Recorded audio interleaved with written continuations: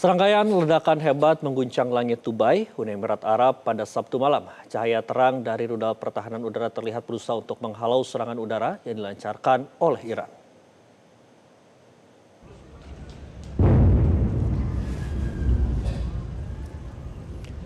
Di Dubai pemirsa, 4 orang dilaporkan mengalami luka-luka setelah puing-puing rudal menghantam area luar Hotel Fairmont The Palm. Tim tangkap darurat segera dikerahkan untuk mengamankan lokasi dan mengevakuasi korban ke fasilitas medis. Sementara itu di Abu Dhabi, jatuhan serpihan rudal dilaporkan telah menelan 1 korban jiwa. Garda Revolusi Iran menyatakan serangan ini adalah tahap pertama pembalasan atas agresi Amerika Serikat dan Israel. Sasaran utama mereka adalah markas. Pemirsa, perang di Timur Tengah pecah pasca serangan Amerika Serikat dan Zionis Israel ke Republik Islam Iran. Agresi ini berujung serangan balasan Iran ke pangkalan militer Amerika Serikat di Kuwait, Uni Emirat Arab, dan Bahrain. Benarkah perang yang melibatkan banyak negara ini akan menjadi perang dunia ketiga? Untuk membahasnya sudah bergabung dari luar studio Metro TV ada pakar Timur Tengah dan geopolitik Hasibullah Sastrawi. Selamat pagi Pak Hasibullah. Selamat pagi Mas Andromeda, selamat pagi untuk masyarakat Indonesia. Baik, Pak Hasibullah langsung saja Pak, kalau melihat dari serangan balasan Iran yang justru ini menyasar negara kawasan seperti Bahrain, kemudian juga Qatar dan UAE, apakah ini sinyal kuat bahwa perang dunia ketiga ini sudah di depan mata? Iya, sebelum menjawab pertanyaannya Mas Andromeda, saya ingin menyampaikan 2 hal sebagai perkembangan terbaru di kurang lebih 17 jam pertama setelah serangan besar dilakukan oleh Israel dan Amerika pada waktu siang waktu Indonesia kemarin. Ada 2 perkembangan terbaru menurut saya. Yang pertama, bahwa Iran sejauh ini membuktikan statement dan pernyataannya yang kerap disampaikan dalam beberapa minggu terakhir, bahwa kalau dia diserang maka dia akan melakukan serangan yang sangat kuat, terutama kepada Israel dan ke pangkalan-pangkalan militer Amerika yang ada di sekitar Iran, terutama yang ada di wilayah Arab Teluk. Dan yang kedua, perkembangannya Mas Andromeda, saya melihat di 17 jam pertama ini bagaimana serangan-serangan Iran itu kemudian banyak menyasar negara-negara Arab Teluk seperti tadi disampaikan, seperti di Kuwait, kemudian di Bahrain, di Dubai dan beberapa tempat lain. Walaupun juga pada waktu yang bersamaan serangan-serangan Iran juga terjadi di Israel. Bahkan kurang lebih 30 menit yang lalu Al Jazeera melansir secara live itu bagaimana serangan-serangan dilakukan oleh Iran sempat menghancurkan dan menciptakan kebakaran di Tel Aviv. Walaupun memang kita melihat dari kebijakan militer Israel itu melarang ketat adanya pengambilan gambar dan mempublikasikan tempat-tempat atau gedung-gedung yang terkena daripada serangan Iran. Namun demikian kita lihat bersama-sama bahwa serangan balasan itu termasuk juga di negara-negara Arab Teluk itu benar-benar terjadi seperti yang dijanjikan, disampaikan oleh Iran sebelumnya. Nah, persoalannya Mas Andromeda, kalau kita melihat pola serangan Iran seperti dalam 17 jam pertama ini, di mana sepertinya lebih banyak menyasar Arab-Arab Teluk, negara-negara Arab Teluk, maka sebenarnya ini bisa menjadi kondisi yang sifatnya kontradiksi atau kontradiktif atau tidak efektif bagi kepentingan strategis Iran. Kenapa?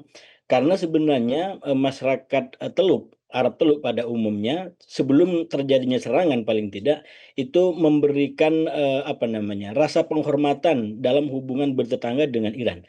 Cuman dengan adanya serangan-serangan ini, walaupun serangan itu ditargetkan ke pangkalan militer yang ada di negara-negara ini, maka itu tak ubahnya ingin mengambil duri di dalam dagingnya sendiri. Jadi mungkin itu memang ada pangkalan Amerika di situ, tapi itu akan menyakiti bagi saudara-saudara, bagi masyarakat yang ada di negara-negara Arab Teluk. Dan inilah yang saya lihat dalam 17 jam pertama di mana negara-negara Arab Teluk memberikan respon kuat kepada serangan yang dilakukan oleh Iran. Nah, sekali lagi Iran bisa jadi memiliki pembenaran, bahkan itu juga sudah disampaikan sebelumnya, bahwa tempat-tempat itu akan menjadi target yang sah bagi Iran manakala Amerika betul-betul mewujudkan serangannya. Namun demikian, tetap saja ini akan membuat Iran tidak lagi mendapatkan dukungan dari masyarakat Arab Teluk karena serangan-serangan yang ada juga terjadi di atas bahkan di hotel-hotel di tempat umum yang ada di negara-negara Arab ini.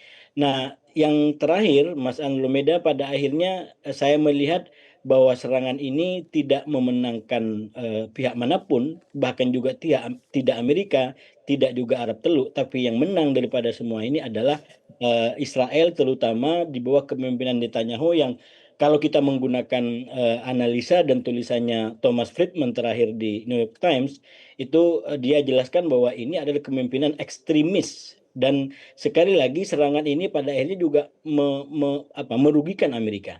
Karena dengan serangan-serangan ini maka betapa kepentingan Amerika di kawasan itu berada dalam bahaya yang sangat nyata. Itu satu. Dan yang kedua, bagian daripada kepentingan Amerika yang jadi korban di situ adalah keberadaan daripada negara-negara Arab Teluk ini yang mau tidak mau dengan adanya serangan ini maka dia terlibat, termasuk juga masa depan dan kepentingan ekonomi juga bisa terdampak dengan semua itu.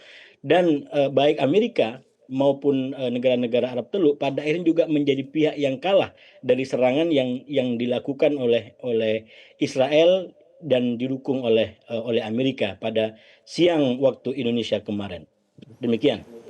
Pak Sibula, tadi Anda sempat menyampaikan bahwa balasan atau serangan ini tidak memenangkan pihak manapun. Apakah ini juga akan memberikan kerugian tersendiri juga bagi Iran? Apakah sejauh ini eskalasi ini juga memberikan potensi besar terutama bagi Iran sendiri, Pak?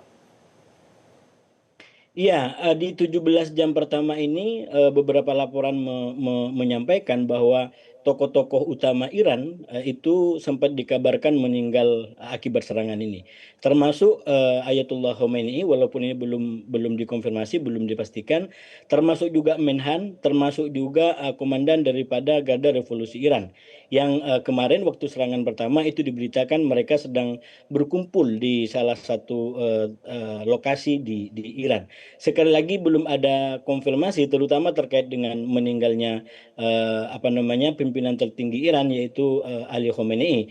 Namun beberapa tokoh yang lain di bawahnya seperti Menhan dan ketua Garda Revolusi Iran itu hampir pasti dipastikan kebenarannya bahwa tokoh-tokoh ini telah meninggal akibat serangan yang dilakukan kemarin. Nah, ini tentu saja bagian daripada kerugian yang sangat strategis kalau bagi Iran. Itu yang saya bilang tadi, dengan adanya serangan ke negara-negara Arab Teluk, maka seakan-akan ini membenarkan bahwa Iran itu adalah ancaman bagi negara-negara Arab Teluk. Padahal yang sebenarnya terjadi, Iran itu justru membela diri karena serangan-serangan itu dilakukan terlebih dahulu kepada Iran. Namun demikian, dengan adanya serangan ke duri dalam daging tadi, itu akan membuat persepsi di sebagian masyarakat Arab Teluk bahwa memang kondisi Iran itu betul-betul mengkhawatirkan karena nyata-nyata rudal-rudal mereka sekarang atau dalam beberapa menit terakhir ini juga menyasar tempat-tempat yang berada di katakanlah negara-negara Arab Teluk tadi yang notabene sebelum terjadinya serangan ini justru punya hubungan yang cukup baik, punya hubungan yang cukup positif dan memandang Iran itu tidak dalam kacamata yang negatif. Malah publik Timur Tengah saya melihat secara umum dengan keberanian Iran berada di depan secara lantang melawan Israel dan melawan Amerika itu mendapatkan perhatian tersendiri karena apa yang dilakukan oleh Israel dalam puluhan tahun terakhir itu kan memampangkan ketidakadilan dan memaksa negara-negara Arab ini tidak punya kekuatan untuk melawan dan mereka sebenarnya punya keinginan untuk melawan tapi negara-negaranya tidak punya kuasa untuk melawan.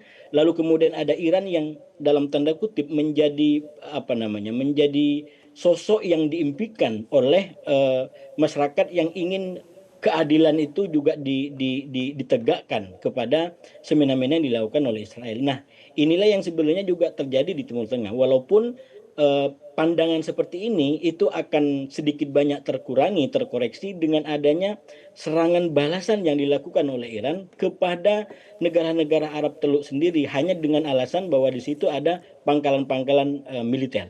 Bahkan kalau kita bandingkan, sekali lagi ini kekurangannya bahwa Israel menerapkan kebijakan foto-foto dilarang untuk beredar, tapi dari laporan-laporan yang ada itu akan tampak jauh lebih banyak serangan yang terjadi di negara-negara Arab Teluk ketimbang yang meledak dan berhasil mencapai target di Israel. Padahal sekali lagi otak daripada perang ini, bahkan saya bilang pengorder sejak awal dari perang ini adalah tidak lain Israel. Tapi sekali lagi Israel sudah menyiapkan diri sedemikian rupa, baik untuk menyerang maupun untuk bertahan. Sehingga walaupun banyak serangan-serangan yang diluncurkan oleh Iran, sebagian besar dari rudal-rudal itu berhasil diintercept, berhasil dicegat dan dihalang di udara-udara Israel.